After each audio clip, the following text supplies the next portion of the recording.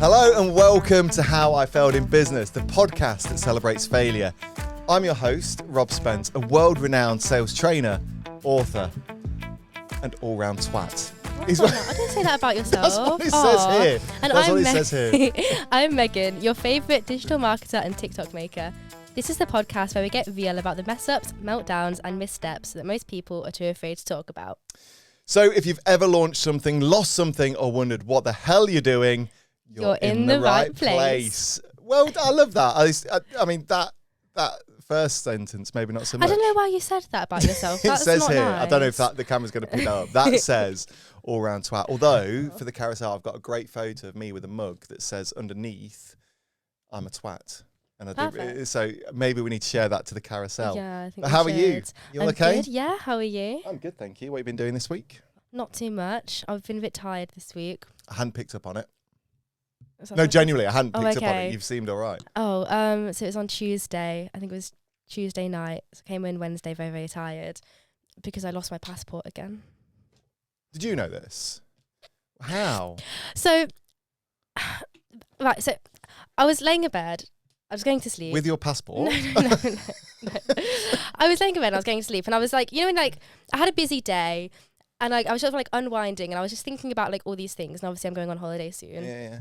And I was thinking like, because there's like a trip that we want to do and for some reason it's been left to me to book it. Yeah. Even though I'm like the busiest out of all of us. I don't know most why. unorganised. Yeah, so I don't know why it's been assigned to me. I was thinking about that, thinking, I need to book that. I was thinking I need to get a bag that's going to fit the allowance, like the luggage allowance, because I've not got a bag the right size. And I was like, thinking about my passport, because I was like, obviously, when I went to Sabrina and I got rained on, there was a slight bit of water damage on the passport. I was thinking, how bad is it? In my head, when I was remembering it, it looked really, really bad.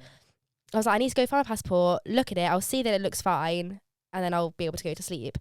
So I go to my bag, my passport always is, because I lost my provisional license, my passport is my form of ID, so it stays in my bag, so I have it. Just in case. Just in case I need to buy alcohol at any point in the day. So any point of the day? Is this you like never know what's going to happen, do you? You never know. We've got a bar in the office, just use that. Yeah, but I might not want those drinks. That's I mean, it's Pops Tesco. Right, anyway, so I go to my bag and my passport's not in there. And I was like, where the hell would it be? Because it's either in that bag or sometimes when I empty out my bag, my room's a bit of a state in a minute, I need to sort that out. So my passport, like if I take anything out of my bag, it all goes on my windowsill. Okay. So I turn around, it's not on my windowsill. So I'm like, well, where is it? The last time I remember seeing it is when I went out on Saturday. But on Saturday, I specifically didn't, I made sure I did not drink too much because I knew that I had my passport on me as my ID. Yeah. I knew that last time I went out and drank a bit, that was when my passport went missing the first time. So I was like, I need to have my wits about me so I can't drink too much. I need to make sure I know where my passport is at all times. But that was the last time I remember seeing it was to get into Spoons on Saturday night. So I'm like, okay, it's even worse that you went to Wetherspoons. I'm sorry. Yeah, well, the thing is, we'd had like a really nice night. We'd gone to Moorgate, we'd gone to Bottle Garden. Lovely. Okay. Okay. And then we thought, well, we spent a bit too much money. We're not ready to go home yet. What do we do? Oh, we go to Spoons because it's nice and cheap. Fair right? Bought not a bottle of wine, like a glass of wine, like a medium rosé for £3. Oh, to be fair, you can't knock that, can you? To be fair, you can because it was awful. Oh, obviously it was £3. I genuinely feel like it was. I don't know what it was. But anyway, I drank that. But then last time I remember seeing it was in Spoons. So I'm thinking, oh my God, I must have left it in Spoons because where else is it? Yeah. So at this point, Spoons is closed because it's like midnight. So I'm like, right, can't call Spoons. I'm going to have to wait till the morning. But I can't wait till the morning because I'm panicking now. At this point, I'm like, I need to know where it is. So I tear my whole bedroom apart. Not there. I go downstairs. I tear downstairs apart. Not there. I call my mum. At this point, 1 a.m., I'm crying down the phone. Poor Lynn. Lynn works nights. It's not like I woke her up. She was awake. Okay, she was at work. Okay. So I called her. She's like, are you okay? I'm like hyperventilating down the phone. I'm like, I can't find it. I was like, I'm going to have to ask Rob for another day off. I'm going to have to go back to Peterborough. He's going to have to like confirm he knows me again. Proper panicking. And she was like, there's nothing you can do now. Just go to sleep. Like, we'll sort it. Like, have a look tomorrow when you're like a little bit less tired. Different frame of mind. Kind of thing. But I can't sleep until I find it. So like 3 a.m. at this point in the morning. And I reach out. I've torn the whole sofa apart, and it's right down the back of the sofa. Why? But like Why is it in the right, sofa? I don't know. I must have put my bag down after I got home on Saturday, and it fell out. My But God. it's like I literally saw the corner of it popping up from like the proper like corner of, you know how a sofa works. I think I know how sofa works. Yeah. Right down in the corner. When was this? This was this week? This was Tuesday, so I think I went to sleep about 4 a.m. and then woke up about 7:30. Oh my God. Did you know about this, Molly? I did. And this is the first time I'm hearing about this.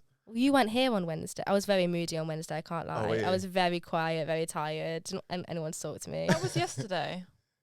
So do you mean Tuesday? When I was at When the were you at client? Hillbush? Yeah, Tuesday. Oh, so Monday night then. Monday this was. night. Right, Monday night. But I do feel like it's caught up with me. Like I still feel tired. Can we get you one of those? Do you know those, like a little plastic wallet?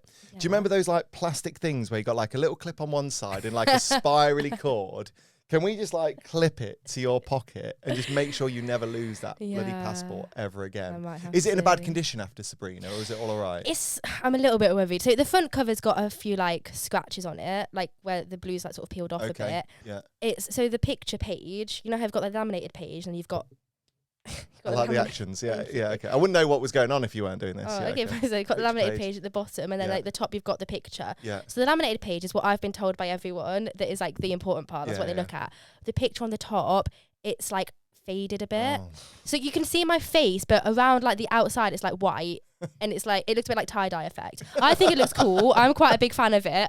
But I'm scared that I'm going to get to the border and they're not going to let me in the country or out of the country because they're going to be like, well, your passport's damaged. Oh, for God's sake. So I'm like, do I go and get a new one anyway? But then if I go get a new one, are they going to think like... No, you're going to be put on the terrorist list. That's what I mean. Like they they're are going to treat you But like... the thing is, when I went for the first interview, I thought I was going to get like interrogated. I was so prepared.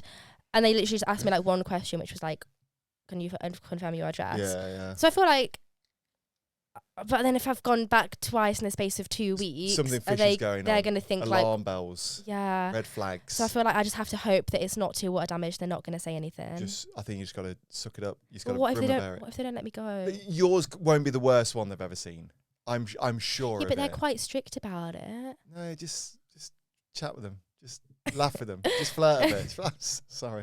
There's a pina colada spilt on No, it. I feel like if I told them this whole story from start to finish, Don't, because they might fall asleep. No, I've potentially. I just feel like they'd feel so bad for me. They'd Yeah. have to. I think you got to own it. So when you go into like the checks and stuff, Yeah. don't be flappy. I'm don't gonna be flappy. just no. I Don't. get nerves at airports anyway. No, just own it. Just put it down. Be confident. Be authoritative.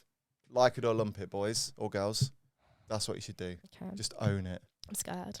Don't be. Well, do you know what happened to me on Monday when I was at this When client? you were at the client. So, I was at one of our big clients, okay, a manufacturer of like the best, most beautiful brushes in the world, which I never thought is a sentence I'd say. Everything from, hair brushes, brooms, yard brooms. They even make little mushroom brushes. Have you seen them? Yeah, Veronica said. Yeah, so they're to clean your mushrooms and your vegetables and stuff, which is really sweet. Anyway, so we're there. We've spent 5 hours on the train getting down, give or take. 5 hours. It was a long day, Yeah. right? All for a 2-hour meeting. This is the effort we here at Paragon do for our clients, right? Don't get me started on the train system. That's probably a different story for another day, God, right? okay.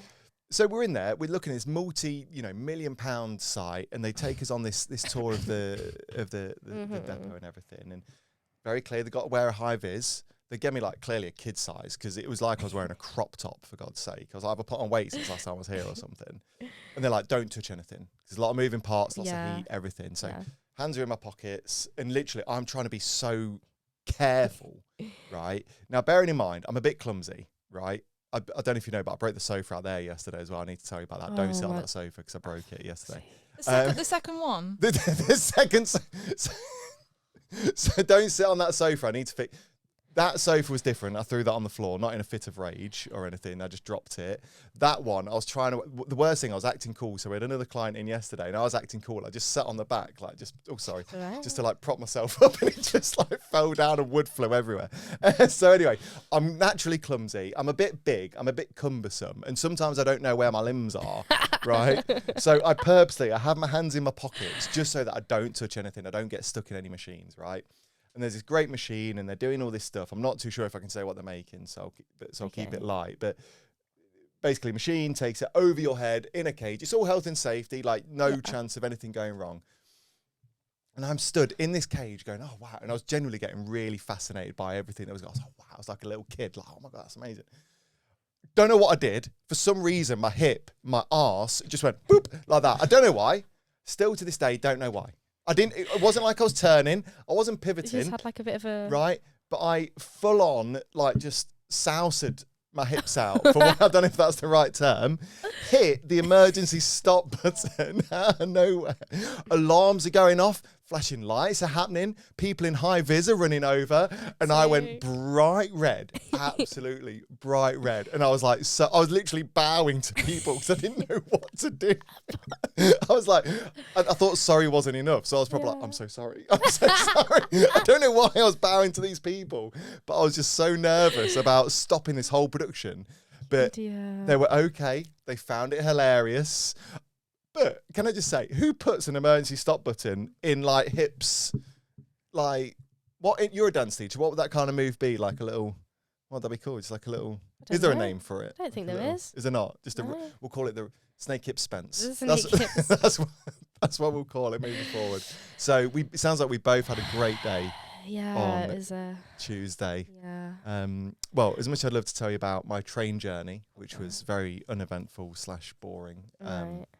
We should probably introduce our guest for the day. What do you reckon? Yeah. So Nim has been sat off camera, very patiently waiting, hearing us chat nonsense for a while. But I'd like to introduce an incredible lady. She is the founder of All About Soft Skills, does some incredible work, and is even hosting a bit of a masterclass for us later on today. Are you looking forward to that? It should be good. So without further ado, but with plenty of smoke, can I please introduce Nim Pancholi? Nim, come on over. There we go. That's better. That's better. Most smoke anyone's had. I'll let you get comfortable. I'm actually in it. There you are. You are. Yeah. Do you want to just swing your microphone a bit closer to your mouth? There we go. There you go. Is that all right, Molly? Maybe a bit closer. Yeah. There we go. Nim, thanks for joining us. How are you? Oh, I'm great. Thank you for having me. That was such an interesting story. I just thought I'd sit there and just carry on. You know, I'm here to talk, but I was happy listening. Yeah. So you got to get caught up on our episodes. Yeah. Megan and her passport has been a right. It's been a running, Yeah. Honestly, I'm a bit forgetful, I think. I'd be stressed out. I was panicking, full on, like hyperventilating. I couldn't talk. My mum was like, "What's going on?" For a minute, she was like, "Who's dead? Like, is everything okay?" I was like, "I don't know where it is." And then she was like, "You're gonna have to tell. Like, I'm gonna have to tell your dad." I was like, "Don't tell dad." But the worst thing is, so I was there on the first night that the passport was damaged. So yesterday, I had to put through to my accountant the receipt from the Uber. So long story short, and please do check out the other episode. We were both on separate nights out. Our lives had passed. Megan ignored me, and then we went our separate ways again. And then Megan messaged me to say she'd lost the passport, and she said words the effect of, someone might have it in the toilet and they're banging on the door. So I got a bit defensive of Megan here. I was like, I'm not having this, right? I'm going to go defend her honour. I'm going to be a knight in shining armour. So I'm with my boys, right? We get in an Uber literally across town to go and save her, and literally had no help whatsoever. So now in our accounts, there was a £5 Uber trip from one side of Leicester City Centre to the other for nothing. Oh my gosh. What have they said about it? Have they brought it up? The boys or the accountants? No, the accountant. Oh, no, they will question. They will question it. But I will. The thing is, I think there's something you can put it down as is like staff welfare.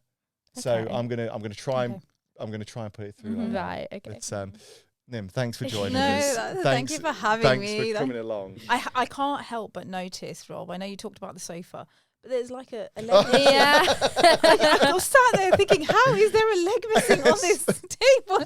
Is everything just breaking? Yeah. Rob just gets angry sometimes. Things happen. I don't know. No. So yeah, it might. Is it off camera, Molly? Is it? Can we see it? Yeah, off camera. So. Right.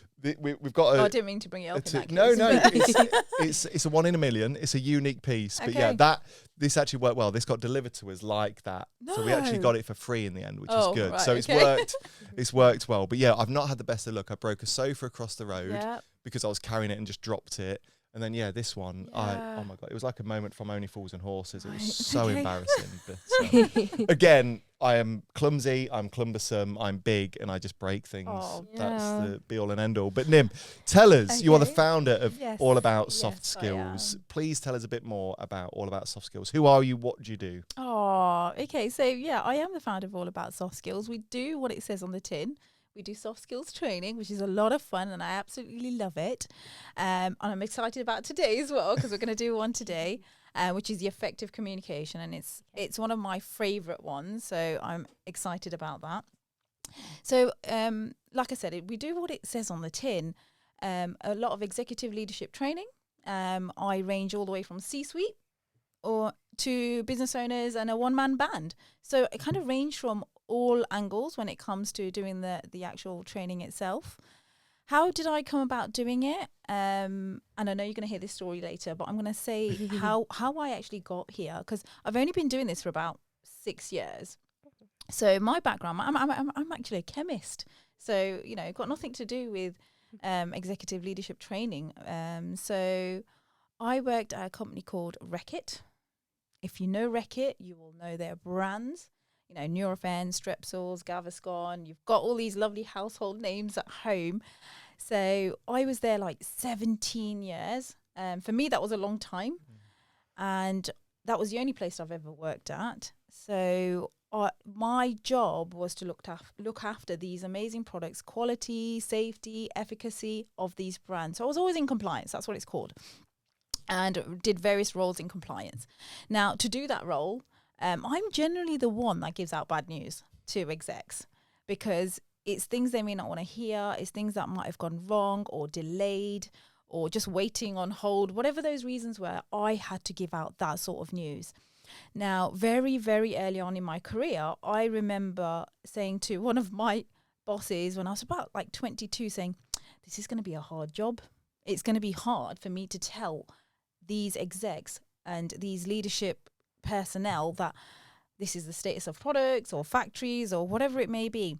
I need help. And the minute I said I needed help, they put me on courses, training. I had my own mentor, and it was all about leadership. It was amazing. It was the best part of my job, honestly. What I did outside of compliance was everything that I absolutely love, just learning about myself, because that's where we started, and then understanding people. So I did that for a good 15 years solid, and I had an amazing mentor for that whole time. And when the company decided that my position no longer existed and I had to move countries, at that point I said, do you know what? It's time for me to leave. Because I'd been there 17 years and I'd moved countries before, and don't get me wrong, and I absolutely loved it because we lived in Singapore. But I wasn't ready, having kids, having Rick, my husband with his own business. I decided to leave. And I sat down with my mentor and I thought, what could I do? I lined up another job at another pharmaceutical company, and I thought, do I want to go back into that? Are you okay there, Megan? Need some water. Do you need some water? Where's your water? Is it? Bless you. I'll grab. Oh, was it the smoke? Let's take a moment. Just drink the water, Megan. Oh my God. You can't have... The best bit is hearing the noises that her I know, throat and is it's making right now. Okay. My eyes watering. That you story's okay? so bad. So sorry. I think this will get cut probably. No, please don't cut it. Please. I was you trying okay? so hard I could feel it. Drink. Don't talk. Oh, bless you. Tell me when you're ready. I don't mean to laugh. No, please don't. Oh my God. You okay?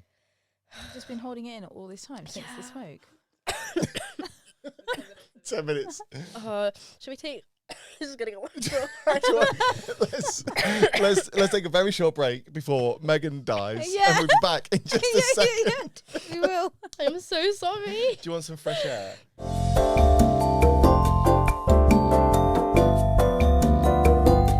Welcome back to How I Failed in Business. Thanks for coming back. Megan, are you feeling okay now? I'm okay, thank you. You're right. Are you sure? Yeah. Okay, lovely. I'm glad we all Yes. got to experience that as a collective. It was lovely. One of my highlights. But no, thank you and welcome back. And Nim, you were just saying you got to that stage where you were looking at taking on a new role and you were speaking with your mentor, That's I think right. you mentioned. How did that all go? Yeah, so sitting down with my mentor, and I think at that point I realised that I was actually very fortunate. Not many people get exposed to so much leadership training like I did, and with the calibre of people that trained me. So, and I loved it, absolutely loved it. And at that point it was like, oh, you know what? I could do just that. I could do leadership training because I was so exposed to it heavily for so long and learnt in practice, because applied everything I did and learnt. And I did a bit. I ran with it and we started all about soft skills, and it's been the best journey since. I literally rang up all my old contacts and said, oh, take me on. And it was word of mouth that got me out there and expanded over to other sectors over time. And that's where we are. That's where we are right now. And this is what it is. So cool. So coming from one industry to a whole different world, which is quite nice. It's crazy how life works. Yeah, absolutely. Yeah. And so now with the company, with the business, you Yes. said you work with an array of, individuals, Yes. sectors. What sort of like an average, day or week look like for you at the moment? Oh, so office is in London, so I do travel to London and back from Leicester, which is exciting. I have a nice little routine, and I have my own train, and you get into Your own train? Well, not own train. Oh, okay, right. But, Things you're are going very fixated- well. You're Yeah. fixated on a train. It's the 701 train, and I know I've got to Yeah. catch the Love that, 701 yeah. train. So it's kind of, I feel like that's my train. And yeah, so I built up this really great routine, and purely because a lot of the clients are based in London. Predominantly what I do is the masterclasses, which we'll be doing one later. Can't wait. And that is predominantly what I do. Other than that, I'm going to events, we're networking, meeting amazing people, learning about some fascinating stories. So and doing a lot of keynotes, which is quite nice. So people in the pharma industry call me on to do keynotes, and that's purely the experience and ups and downs I've had within the industry. And sorry, I did have a question. It's completely flipped my mind, but you've got a really exciting summit coming up. Obviously, we're recording this a bit earlier on, so by the time this comes out, we're probably a few weeks away. Yes. Tell us a bit about the summit. What is the summit? How did that all come about? So, long story short, me and Rick were sat down on a long weekend thinking, right, what's next for All About Soft Skills? Because we do that a lot. We spend a lot of time talking about businesses, and we thought we do keynotes, we do the masterclasses. We're looking to do like another stream where we do on-demand services, and then why not summits? And it all came about that that's what we're going to be doing this year, and what this summit looks like, where it would be. Again, based on leadership. So we had to talk. The kind of basics of it all is communication and people. So when we put that together, we thought, what would it look like, and who would be there? And I've got an amazing role model, Baroness Karen Brady. I was like, can't do this without her, because I think it would be absolutely fantastic. So I relentlessly explored the opportunities to have her there, and we got it. We were there, and we were able to have her there, and she will be there in September, which is exciting. So I'm excited about that. But the summit as a whole is basically, we've got masterclasses, which I'll be doing. We've got an amazing host for the day. We've got a great panel. We're talking about communications from all different angles, whether it's the sporting industry, HR, global communications, entrepreneurship. So, because communication is key to businesses. So we're going to bring all that element into the summit, and the fireside chat from Baroness Karen Brady, which will bring so much to the table. Yeah. So it's going to be a great day. There's lots going on. I'm quite nervous, to be honest, because this is something which is outside of my comfort zone, organising a summit. Yeah. Not the masterclasses itself, because I feel like that's my forte, but organising a summit has been actually very hard. And please do give it a little plug, because I have no doubt it'll be sold out in no time at all. But if there are any tickets left, when is it? Where is it? How can people find out more? Yeah, so it's on the 19th of September in London Moorgate. So a place called the Brewery. It's very quirky. We did look into some formal venues, but that's not me. I'm quite quirky. I'm quite different. You can't have a fireside chat in a corporate setting, can you? It doesn't feel right. No. And I think I need to be comfortable as well as all the audience coming to the event. So the Brewery is fantastic and it's a perfect location. So, we've got about 450 business professionals, and they range from, like I said, from C-suite, business owners, founders, entrepreneurs. Basically, what I tell people is those people that value leadership skills, and anyone that's proactively looking to grow, whether it's personal growth or business growth or development, they're the people that we're targeting, because I think it's so important. And with everything going on in the future when it comes to tech, AI, communication still is key to everything. So I'm really excited about that and what we can bring to the table. And I can see that every time we've spoken about it, you can see the passion, definitely. How excited you are about doing it and so on. I've got some questions I want to ask you. Go on then. But for now, can we play our first game? Ooh, go on. Is everyone happy? Go on, throw it at me. Okay. So the first game we're going to play is a game we call Icky Linky. Okay. Icky Linky. You're on LinkedIn, aren't you? I believe. Yeah. So the idea behind Icky Linky, right? We know how icky LinkedIn can be, right? There are posts that just give you the ick, right? They make you squirm, they make you feel uncomfortable, very cheesy.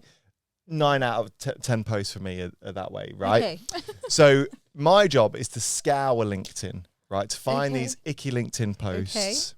Or sometimes my job is to make up an icky LinkedIn post. Okay. And your job is to guess, is it a true story or is it a false story? Oh. So no matter whatever I read out to you, we will 100% give you the ick. But the idea is you've got to decide whether it's a true story, whether I took it from LinkedIn, whether I made it up. Okay. Have I explained that well enough, do you think? Do we understand the rules? Yes. So last week, I read out a LinkedIn post or a made-up post that's quite long, so I'm not going to read it word for word. I'll give you a brief synopsis, okay? It goes on to say, if you're in sales and management, pay attention to this one. Long story short, he went to his usual Starbucks, couldn't break his $50 bill. He was going to go elsewhere, and the manager came out and said, your 2 drinks are on the store. And this person goes on, or I made up to say, do you think I will remember this? Hell yeah.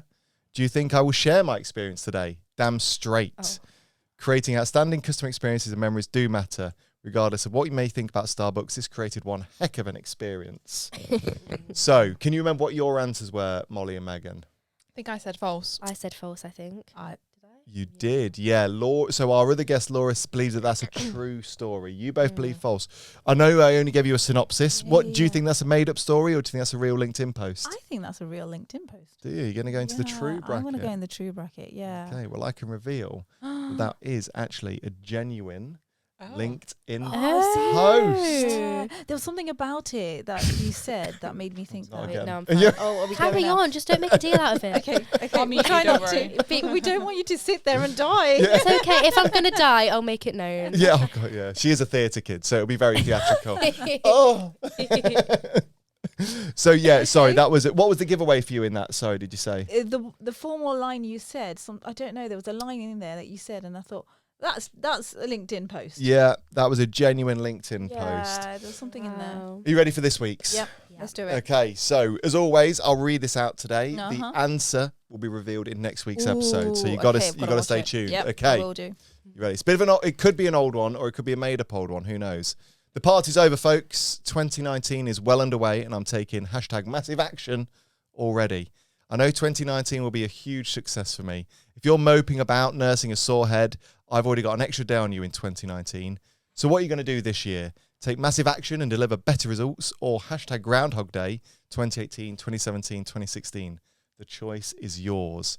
Here's a little tip that some of the people I'm working with are using to help themselves achieve more. When they're not sure what to do, they say, what would Gavin do? #mindset, #motivation, #massive action. Do we think that's a true story, or did Robert make it up? Nim, we'll go to you first. What are your thoughts? Or two minds there. And let me give you my reason. Please do. I like this. Only Yeah. because you said 2019 and LinkedIn used a lot of hashtags. So I'm thinking, because people have moved away from hashtags within their profiles and even towards the bottom of a post. So I'm thinking that could make it true. Okay. Or you've just overdone it and made it up. I cannot reveal. And you've just done what I thought. So. Oh, it's a whole mind game going on here. There's a whole mind. It's not as black and white. You have to think about these things. Yeah. What are your thoughts? Where are you at? I feel like it's true. Just because why would you, if you made it up, why would you think, let's write a post that was from 2019? Yeah. Like, surely that's... But then again, how deep do you have to go in your LinkedIn search to find a post from 2019? Lots of mind games being played here. Why would you do hashtag Gavin? What would Gavin do? Was that a hashtag or was So, no, that's not but that's... When they're sure, when they're not, sorry, beg pardon, let me say, when they're not sure what to do, they say, what would Gavin do? Is Gavin the supposed author of this LinkedIn post? Could be, or could be my alter ego. Your alter ego. No, I think it's true I just think it's true. Because I don't think you made that up. So is that your answer stuck in there? It's okay, true. so Megan thinks that this is a real LinkedIn post. I'm more true than false, yeah. Okay. Purely because of the number of hashtags and the date and... Yeah. Okay. Molly, what are your thoughts on this one? So I can see the point of view that Nim's saying that hashtags were overboard, but I don't know, I'm edging towards false because of that reason with the amount of hashtags. Yeah. I think it's overboard. Okay. So I'm going with false. You're going you're going false? Yeah, I'm going false. Oh, bit of it. Okay. Point of difference. So we've got Megan thinking that this is a true story. Yeah. Nim saying this is a true story. And Molly thinking that Bobbert has made this all up. Is that what we're saying? Yeah. Okay. Well, the answer will be revealed next week. And of course, if you are playing along at home, we want to know your answers. Drop a comment below wherever you're listening to this. You can leave comments now on Spotify. So drop a comment and we'll pick it up and we'll reveal the answer next week. But before we break for our official break, not a coughing break, there's two questions I want to ask. I'm going to start with this one, and I'm sure you get asked it all the time, and it might be a bit of a cheesy question, so please don't launch yourself over the table and hit me. What does leadership look like to you? How do you define leadership? Oh, okay. So for me, leaders, and this is going to sound really crazy because I'm probably picking out of some of Simon Sinek or some of the, these amazing people that I absolutely idolize. But I do think leaders are those heroes in the background. And I think they put themselves last and it's all about others. So leadership is those hidden heroes, undercover heroes, I should have said. Nice. And that's the best way I would define leadership because it's helping others along before themselves. Yeah. So anyone that's able to show that, articulate that, and put it out there, and it's visibly seen, that's leadership to me. So I think, it is a fascinating one. It's not just being the forefront of everything. It's not being... right, look at me, what can I, what I'm capable of doing. And I see that daily. And it's so nice that there are these humble people, quite modest out there that show these fantastic traits and don't shine or shout about it. So, yeah. So, I love that. What a great answer. Yeah, I love that. Lovely way of putting it. So the second question I was going to ask is... We've talked a lot on the podcast about two key things at various parts, right? The importance of communication, the importance of good communication, but also communication with spouses, partners, husbands, wives, and so on. Your beg pardon, Rick is your husband, Nim Pancholi, who is to be a bit, I'll use the word idol, but it's always been an inspiration of mine because I've seen his business journey and everything else in between. And I'd say, I don't want to make you blush, between you and Rick, you're a bit of a power couple because you both had fantastic careers and are still having fantastic careers. How, can I ask, how does that sort of interact with your quote unquote personal life as well, and how do you communicate as a couple as well, all your goals and everything? I love this because we get asked this quite a bit, and I think me and Rick have been together, don't quote me on this, I think almost 27 years. And we've known each other from college and been together ever since. And I think what we've done is grown up together. I didn't know who I was going to become. He always had it in his head what he was going to do. He's always been that entrepreneurial spirit from a very, very young age. And I've got to explore that and see that. So, and I think he's my inspiration for me to be where I am today. And his push, his way of thinking, his mindset, it's always him that's been my inspiration. The way we kind of make this happen is, and we talk about this quite openly, that we have a go fast, go slow method. I remember you saying. So and it works really well. So when I'm on a go fast, he's on a go slow with work, business, life. And then quite opposite, when I was on a go slow, whether it was the kids, maternity, he's on that go fast. And I think that's been the great thing when it comes to careers, business, life. Communication has been an interesting one. And I think we've got better as we've got older with it. We have this thing which is called a pre-conversation. So when we get home from work or whatever day we've had, we have a pre-conversation before the conversation, because you want to be on the same level to have a conversation. Yeah. If I'm stressed out and full of anxiety, kids gone crazy, and he's walked in and he wants to talk about his day, I could be on an emotional state and he's thinking logical, I want to tell you about my day. We're not. So we have are you ready to have this conversation, or do we need it later? And at that point I can say, give me 10 minutes, let me sort myself out, and then I'll sit and have this conversation. But so a pre-conversation, to have a conversation, to make sure you're on the same page, really, really helps. Because a conversation is what, being present, being heard, listen to discover, all that sort of stuff that we're going to do a bit later. And I think that really helps. We do that with each other. And likewise, if he's had a tough day and I just want to tell him about something interesting, I'm like, are you ready to have this type of conversation? And he'll say, no, not yet, or yeah, okay, I'm ready. So it's nice to do that. It's the odd thing to do, but I always say have a pre-conversation before your conversation. I don't think it's odd. I think it's actually so I generally, I think that in a relationship, I think it's so important to make sure that, because I think in a lot of situations, what you've explained there, and obviously I'm not accusing you both of this at all, but and I'm saying it more because I've been in this situation, that's where a lot of arguments occur, I believe. Because you've got someone in that state, someone in that state, oh, you never want to listen to me, you never want to talk about what and it starts those little bickers. Has that ever happened to you? Maybe? Yeah, definitely. Yeah, it just kind of... But all these scenarios are popping into your head. Gosh, no. Because I've always found it hard, because I believe it or not, I'm going to say something really shocking here, right? And it's an exclusive for the podcast. I've been dumped a lot. Right, I know it's shocking, unbelievable, right? But it's been a lot, right? Okay, but a lot of the times I remember, one girl, she was like, well, you spend all day selling, you spend all day talking, you're always in good spirits, and when you get home, you're distant. And my sort of, I'll use the word argument, my response to that was, well, I've spent all day talking. When I get home, sometimes I just need time just to be. Within sort of half an hour, 45 minutes, an hour or whatever, I'm like back ready to go again. But I've spent all my time giving my words. I need some time to have I explained that well enough? Yeah, definitely. You just need time for yourself. But have you explained that to your partner, to your girlfriend, whoever it may be, that's how I function, that's how I work? I mean, if you're not communicated that, exactly. But at the time, I don't think I did well enough, because I wasn't really aware. I wasn't self-aware enough to know that was going on.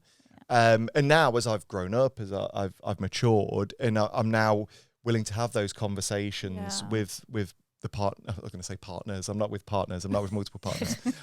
Partner that I'm with.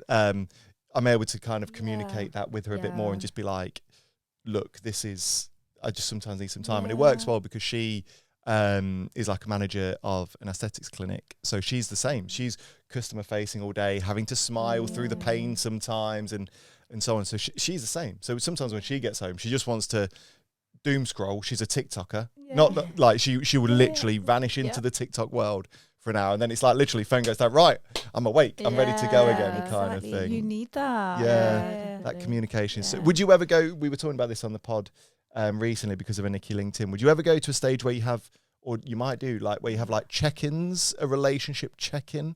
Yeah, 100%. Yeah, we would have to have it. Yeah, we do. And that is where we make a massive point of just spending time, just the two of us, blocking everything out. And it's a rule we've put in place where it's just me and him. And also, it sounds crazy, but also time out from each other as well. Yeah. Because sometimes you can get overwhelmed and, you know, you just need time out from each other. And that's not a bad thing. I don't know why people probably think, oh, how can you do that? You know, we don't want to be in each other's faces. So it's actually quite refreshing to have both ways. But you've got to be able, again, communicate that this is what I need at this point in time. You know, I can see Megan's brain going, so I'm like, I want to know what's inside. What are you thinking? You do. I think we do. Yeah, we do. I do, because I can feel it. I can see your eyes going. So I'm wanting to know that. What are you thinking? Yeah, I mean, go on, share. So the previous guy that I was with, we had a lot of conversations because he was just such a shit communicator. Yeah. I would Sorry, I would have to talk about it, and now you're here pulling faces. I can see you outside my eye. I just wasn't expecting it to be so fierce. Continue. Don't let me stop you. Don't let me stop you. There's no anger. Like it's all fine. And like the amount of conversations that I would just have, like trying to get out of him, like why are you being distant? What's wrong? Like why have you not spoken to me all day? Or like, and like he would always be like, no, I'm fine. And I knew he wasn't fine, so then I would just like leave him, and then I'd give him his space, and then like he'd come back and like sort of like brush over it like it never happened. Yeah. But then that would like add up so much that it just got to the point where I was like, this is not working. This is what's going on. And then when we broke up, he was like, yeah, like one of the main reasons is because like I'm so bad at communicating, and like you can say that I told you so. And I was like, yeah, I told you so. I didn't say that. I held my tongue on that, but I wish I'd been like, yeah, I told you so. So like that was sort of like the downfall of our relationship, was that lack of communication. Wow. And he knew it and I knew it, and it was something that like I tried to sort out so many times, but if someone's not listening and they're not willing to like work around it, there's not much you can do. Yeah, you've got to be able to meet in that middle.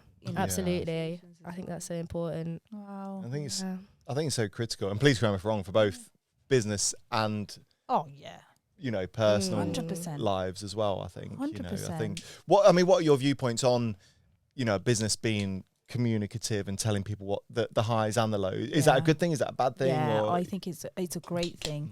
Communication is like I can't, even if it's bad news or hard news or whatever it may be, it's still got to be open. Actually, I think that makes people stronger.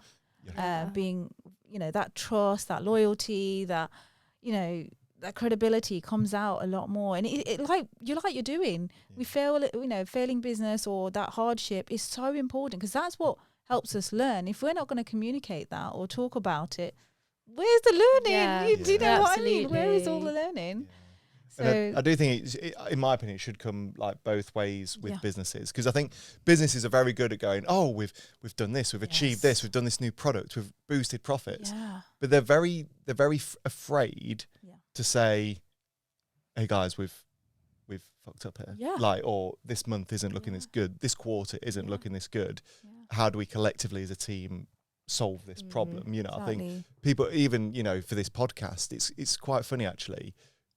When I mentioned this podcast to you, you were like, yeah, absolutely, have me. I didn't even have to sell it at all. You were like, yeah, I'm there already, book me in. Whereas I've tried to pitch it to some other business owners, business leaders, and they go, yeah, we don't want to be talking about, we don't want to be talking about failures publicly. And I'm like, oh, come on, like 100%. You are a human being. Like you are. And I deliver a lot of sales training, and I was working with a team just next door recently, and I said we need to stop thinking about business like B2B.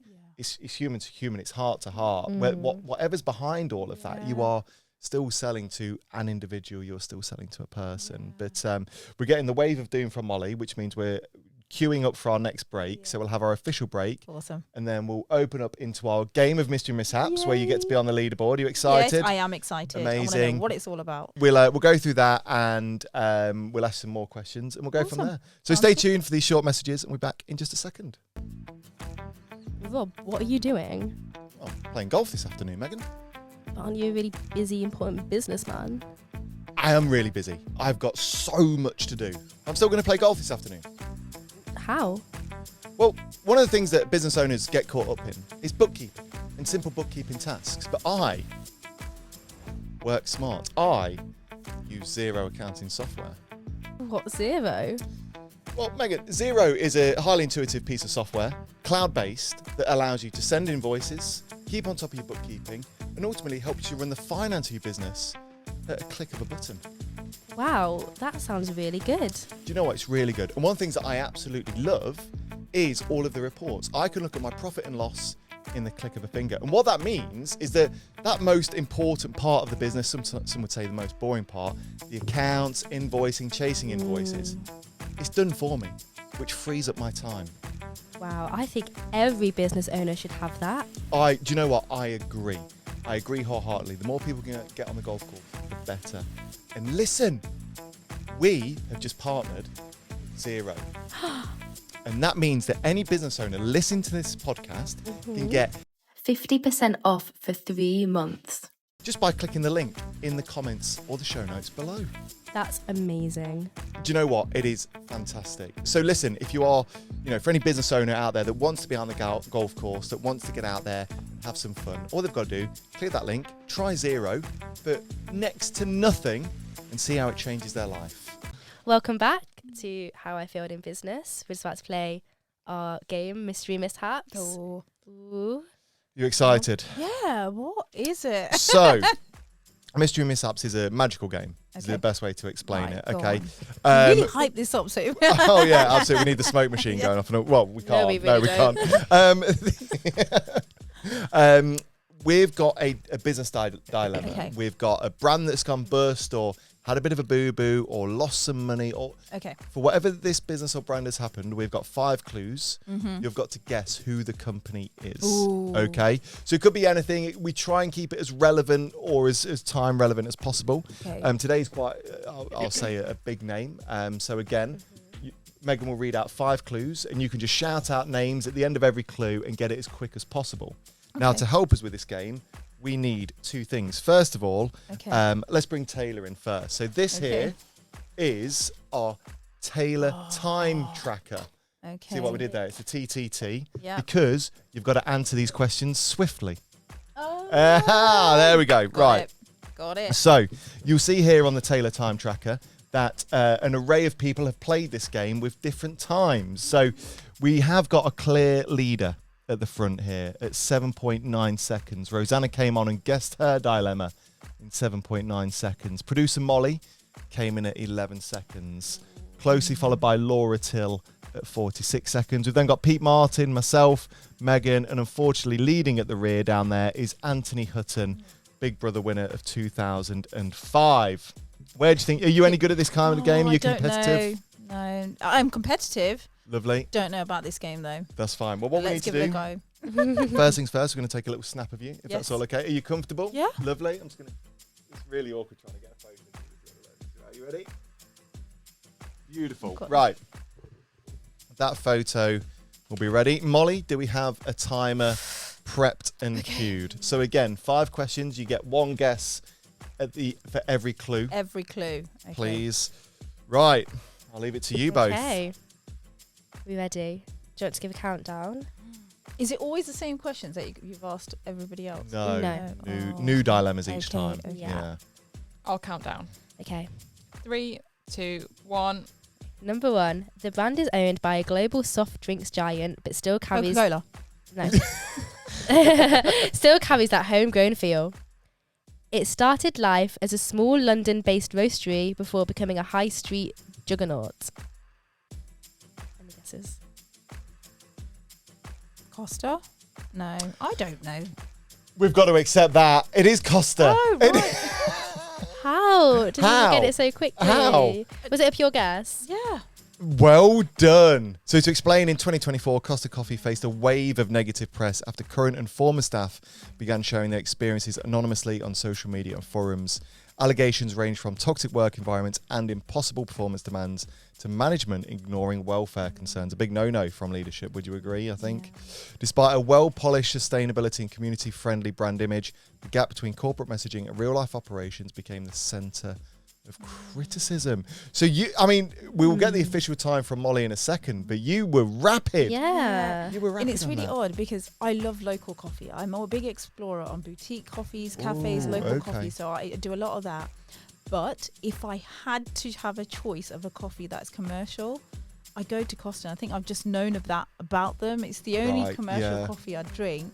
So yeah, I feel like I know their background or their history. Yeah. Well done. Nice. So before we do reveal the answer, you are Leicester based. Obviously, I know you do some work down in London.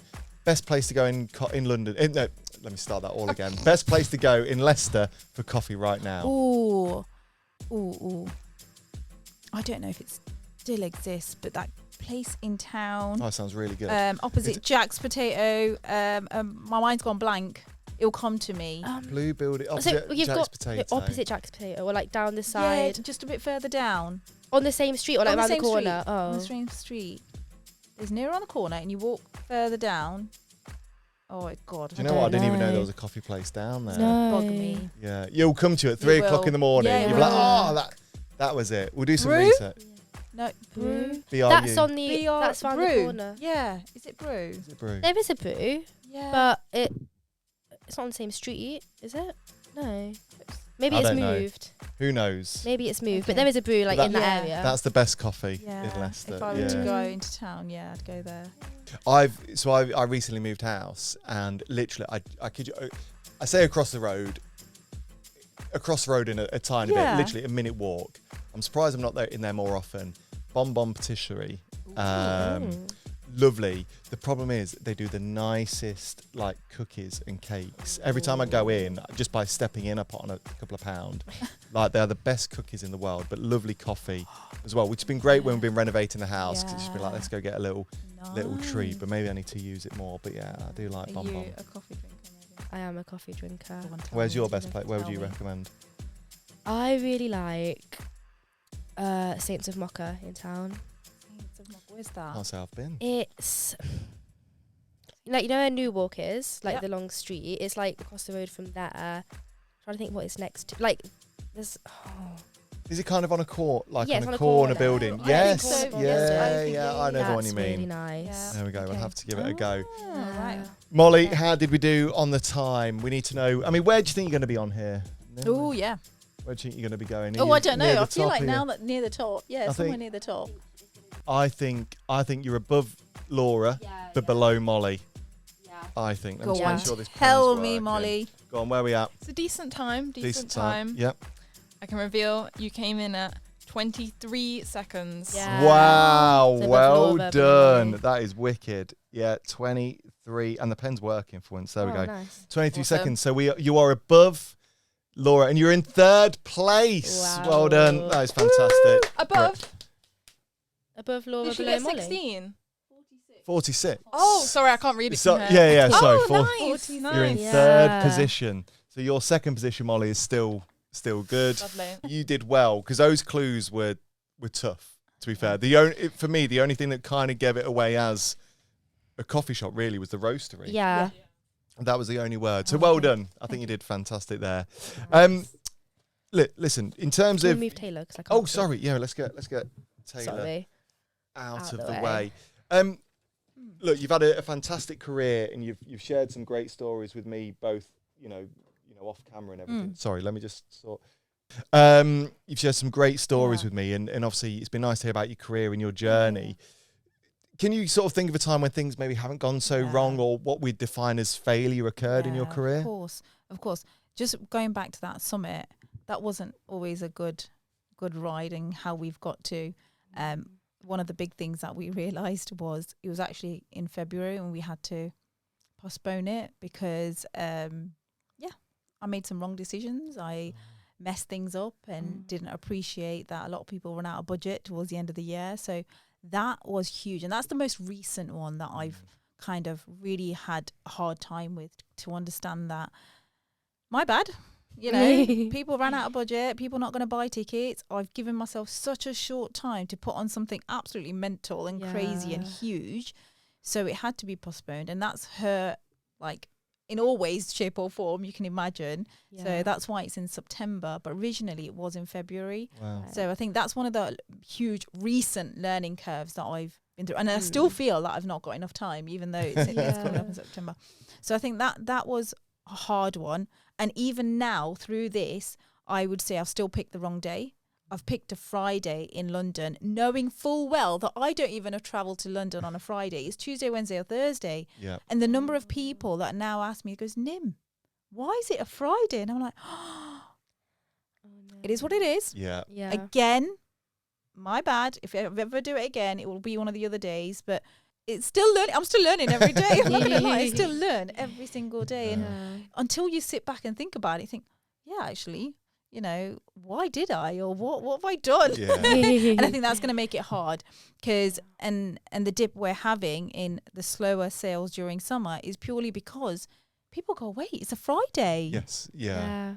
You know, so yeah, and that's for me to learn and work hard at it. You know, so yeah, I think that's the biggest thing.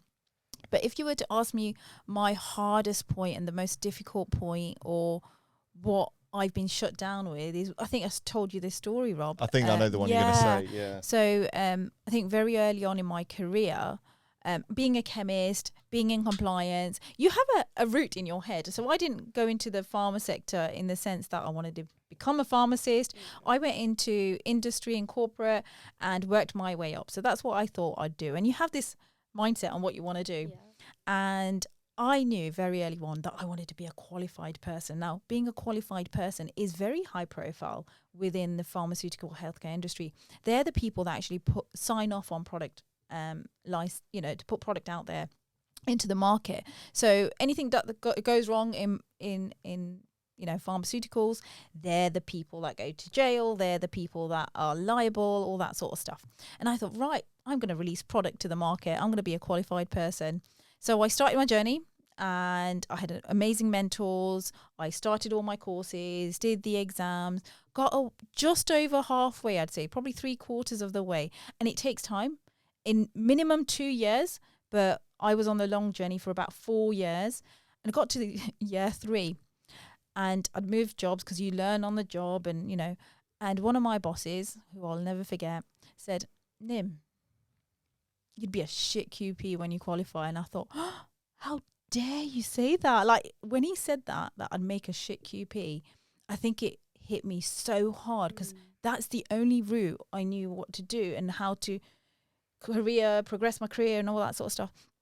And I took 2 days out. I'm not going to lie. I took 2 days out and literally didn't know what to say to him. I shut down, went home, and I thought, why would he say that to me? I'm doing this, I've done it, I'm almost there, I can see the finishing line. And it was then that I realized that if I were to qualify, I don't have the right traits. And this is going back to self-awareness, isn't it? I make decisions quite quickly. I'm not a perfectionist. Now, to be a qualified person, you really need to be perfect. You need to be that detailed person that knows everything that's happening on the lines, everything about that product, every single detail you've got to look into before you sign it off. And I'm not that person. I may miss something. And so when I started kind of taking that information in and looking back at who I am myself, so if I did become a QP, I'd be stressed constantly. I'd be full of anxiety. I would basically, you know, what he said, I'd be a shit QP. And I thought, actually, I'm going to go to him and I say thank you. And I did just that. I stopped my courses. I stopped pursuing that career of becoming a qualified person and took a different angle that was more suited to who I am. And surrounded myself with people that do things better than I do and are so much better than me to be able to take and become and move and progress. So I think that was probably the hardest thing career-wise that I had to come to terms with, that I would have failed as a QP if I ever became one. And if you had become a QP, then you wouldn't be doing what you're doing today, which you love. So everything happens for a reason. Yes, and that's the other thing, is accepting, isn't it? It's a Yeah. hard pill to swallow when Yeah, you learn it to really accept is. something. Yeah. Absolutely. So yeah, no, I think that was one of the biggest ones with career-wise. Yeah. I'm glad you shared that story, because I was going to ask, because you shared that with me when we went out the other day, and it's. I remember when you told me, like, that jaw drop moment of when you said, the chap said, you're going to be a shit QP or whatever. Is it a QP? Sorry, Yeah, I said QP. it right. Yeah. You know, I was like, oh my God, this is going to go off on a different tangent. But like when you would explain it to me, and even just then, to some degree, there was like, eventually, once you'd understood, you were kind of thankful for it a little bit. And I guess, again, sometimes it's not what you say, it's how you say it. But there was communication there to some degree, I mean, would you say you're quite thankful for that conversation? 100%. I talked to, that boss of mine, I still have conversations today, and I'm very grateful. And I always remind that person that, you know what, it's because of you or I am today. Love that. Without his decision or without him telling me what he had. And that was hard news to take. Yeah, and I think it's how we take it. There's something in that information. He's clearly told me for a reason, and I had to explore that reason. And yeah, I'm grateful, massively grateful for that decision that was made. You're a very inspirational person. Okay, I can see why people will listen to you and look up to you, and I can understand why people will want to be, understand your ways of working and ways of thinking. For those watching or listening to this who are considering any form of career, or in particular getting into any sort of leadership roles, or what will your kind of tips be? What were your kind of hints and tips? What advice would you give to that next up and coming person, do you think? Yeah. The one I kind of always go to is leadership starts at home. I always think if you're good at home when it comes to those decision makings, those, if you've got a family, being able to talk to them, there are so many things you could be doing at home before the outside world. So one of the biggest tip is leadership starts at home. It is something that is so key to our lives. It's soft skills. It's our people skills. And if you can't do it at home, how are you doing it in the big wide world? And honestly, it's more important at home. So that's one of the biggest tips. So if you want to practice, if you want to do it well at home, so you'll do it well outside. That's the first one. I think the other one is, if I were to give anyone the best tip, is networking, building those relationships. And I know people, for me, it sounds odd, but it's who we know, not what we know. That helps us progress. So I'm a massive believer, and I didn't realize I was doing it in my career very early on, that it was all those people I knew that helped, supported, were there for me at every stage of my life. So definitely, and that was purely building that network and building those relationships and making them so strong that I was able to turn to them. And I think that's one of the best tips I can give anyone, really, is work on your network and make those relationships really, really strong. Absolutely love that. Yeah, love that. Thank you so much for sharing those. Thank you. No, love that. Thank you. Yeah. And then the question we ask all our guests is, how have you failed this week? I think I mentioned it a little bit. This week has been tough. I've just noticed this slowdown in sales, in ticket sales for this summit. I found my anxiety go up and my stress levels go up. And the bit I notice, and sorry, Rick, to kind of put this out there, is how I've behaved with Rick, because he's had to put up with a lot of shit from me this week. And that's just me being totally honest, because I feel like, oh my God, what do I do? So I am pulling everything out of the bag to make sure that we are doing what we can. We are putting all the energy in. This morning he reminded me, he goes, Nim, you need to work smart. I goes, Rick, I'm in a phase where I need to work hard. I know we want to work smart, and we've worked smart all our lives, but at this point in our lives, what I'm about to do will need working hard, and the hours I need to put in to get what I need. And those things happen. We all talk about working smart and working clever, but we will have those moments that we need to work hard and long hours. Sometimes the back's against the wall to some degree, isn't it? Yeah. And that's where I am. And I think that's and I'm tired. lack of sleep, all You that don't sort of look stuff. it. No. So it's just all of that. So I'm Yeah. gonna say this week has been tough. Yeah. Working week's been really hard. Well, yeah, from our side, it looks like you're coping well. Yeah. Anyway. Yeah, we've not seen Rick, but so Yeah. if we He's see all him, we good. just won't ask any questions. No, Just yeah. just keep it But quiet. Lizzie, it's been a pleasure speaking with you. I'd yes. love for our audience to keep in touch with you, Bless you. and of course, I've no doubt that by the time this episode comes out, your stress will have turned because you've got a waiting list of people wanting to book on. Yeah. But how can people stay in touch with you? How can people connect with you? And of course, again, reminders of the details of the summit. Okay. So the best way to get hold of me is call me. I'm always up for a conversation or a coffee. So my number. I don't know. Do I tell you my number? Or Well, do we put if it you've got out a there? website, we can put your Yeah, website. okay, up. so Yeah, we yeah, can do so that. Yeah, The website's allaboutsoftskills.com. lovely. You get all my details on there. If you want to know a bit more about me, which I always look at people and be nosy, LinkedIn is the best profile kind of to understand who I am as a person. And again, with the summit, it's on the 19th of September, and I'd love for it to be bums on seats is success for me, and those credible people in a room is a huge importance. And that's what I think. And it'll be a huge success. But what we'll do is we'll make sure we share all of your links, Yes. all your Yeah. Oh, all your bless you. things in the show notes and the video description Yeah. below.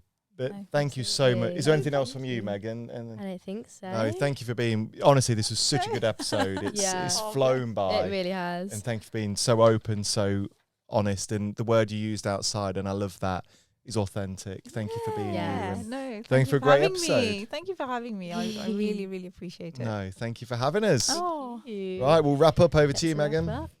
And that's a wrap on this week's episode. Thanks again to Nim for being such an incredible guest this week. And thanks to you guys at home for listening or watching, of course, over on YouTube. Just do us a favour, please. Make sure you hit that subscribe button. Show us some love. It really helps us make... No, it doesn't. It really does make a difference, is what I should have said. Sorry. Yeah. Yeah, we'll see you next week for more laughs, mistakes, and the all-important lessons. Bye. Bye.